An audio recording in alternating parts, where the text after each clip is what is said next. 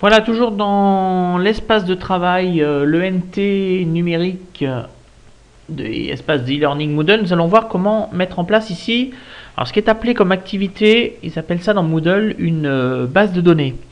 Alors, le principe est différent de la fonction devoir. Dans la fonction devoir, l'élève, l'étudiant, le participant va déposer un fichier à un enseignant pour qu'il puisse lui corriger, mais les autres camarades, donc les autres participants, ne pourront pas voir ce qui a été fait. Donc c'est vraiment une interaction dans la fonction devoir, qui est dans un autre tutoriel, c'est vraiment une interaction enseignant-élève.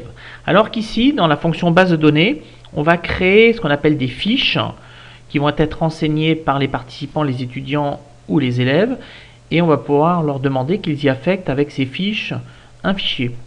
Ça peut être une image, une photo, un document, n'importe quoi. Et l'avantage, c'est que les autres personnes pourront voir ou pas, en fonction de leur participation à cet espace, les fiches des autres. Vous allez voir, tout à l'heure, je vous parlerai d'une application. Donc ici, on va donc ajouter une activité.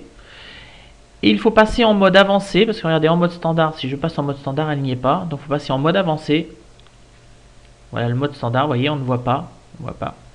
Il faut aller dans le mode avancé pour voir la base de données. Alors on va cliquer donc dans base de données. Tout est expliqué sur la droite ici. Voilà, vous avez l'explication à lire attentivement, mais c'est assez simple d'abord.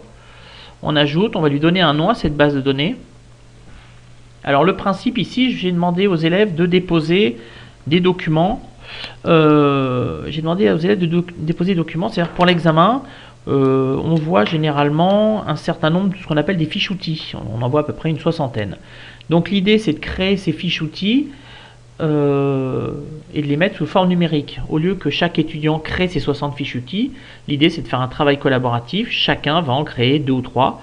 Donc moi, je vais créer des fiches dans lesquelles ils vont insérer les informations concernant ces outils, c'est-à-dire, par exemple, savoir faire un CV, savoir faire une lettre, etc., etc.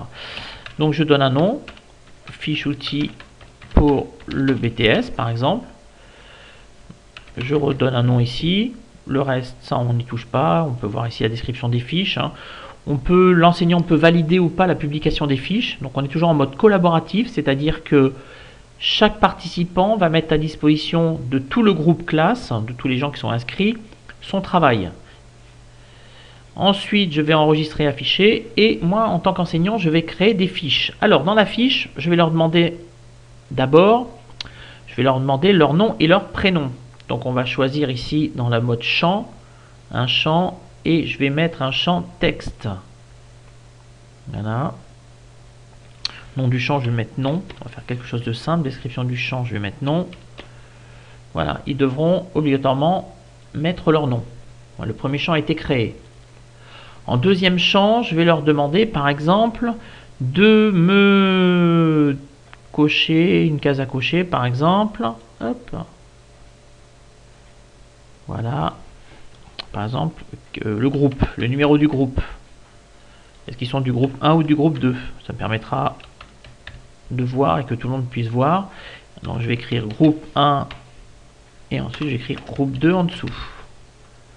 Voilà, groupe 2, ajouter. Ils auront donc à répondre à ces deux questions, case à cocher, et ensuite je vais leur demander par exemple de me remettre un fichier concernant cette fameuse fiche outil. Voilà, déposer votre fichier. Je vais remettre en dessous pareil, copier, hop, coller, et je leur octroie 100 mégas, ce qui doit être largement suffisant. J'ajoute. Voilà, une fois que c'est fait, j'enregistre. Voilà, les modifications ont été enregistrées. J'ai donc une fiche.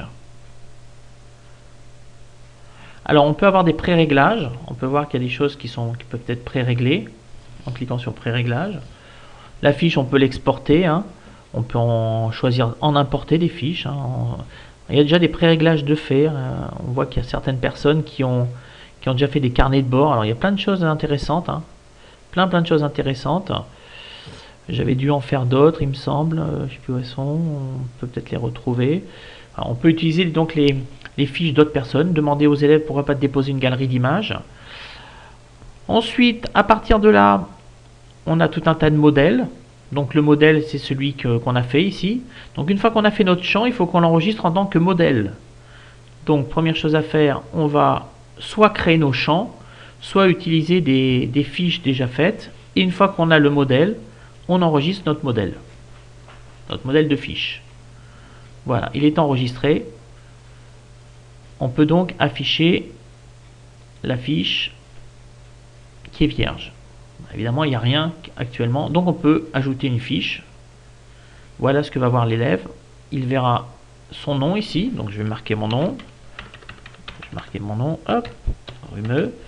J'appartiens au groupe 1 et je vais faire un glisser-déposer, tout simple. Hein. Je le prends et je le glisse et je le dépose, voilà, de ma fiche. C'est-à-dire qu'ici, le principe de la base de données, chaque participant va déposer des fichiers qu'il mettra à disposition de la communauté du groupe. Donc je peux afficher la fiche maintenant qu'elle est... Ah, j'ai pas enregistré quand même. Hop, enregistrer un fichier serait peut-être mieux. Voilà, ça a été enregistré et voilà. Donc les autres étudiants pourront voir ce que j'ai fait, etc. Donc si on regarde ce que ça donne, par exemple, voilà, je suis allé dans le travail que nous faisons actuellement. On voit qu'il y a un certain nombre d'élèves, on voit le nom ici. Donc moi je leur ai donné une fiche vierge qu'ils ont remplie. On voit que cet élève qui s'appelle Bérénice m'a déposé, enfin déposé à tout le monde, cette fiche. Alors je peux en tant qu'enseignant, j'ai la possibilité de la regarder évidemment. Donc je peux aller là, ici par exemple. Hop, je clique et je vais l'ouvrir. On va voir ce que ça donne. La fiche de Bérénice, ça nous parle de quoi? Alors, elle nous parle de mode opératoire sur avantages, inconvénients des outils, des objectifs, l'intérêt. Voilà, c'est l'identification dans le publipostage, etc., etc., avec des liens très intéressants. On pourra aller voir ça plus tard. On revient. Si ça ne me convient pas, ben je peux très bien modifier, aller avoir plus de renseignements, carrément supprimer si ça ne va pas. Une autre étudiante, alors à chaque fois, vous voyez, je leur demandais dans le modèle, je leur demandais la matière, parce qu'on a plusieurs matières, donc voilà ce qu'ils devaient faire. Ils devaient mettre la matière, il y avait une liste déroulante, je pense. Ils devaient mettre leur nom, la dénomination de la fiche, la nommer. Voilà, c'est le principe, en fin de compte, c'est une grosse zone de stockage dans laquelle chacun va pouvoir déposer des informations. Ça s'appelle donc la base de données.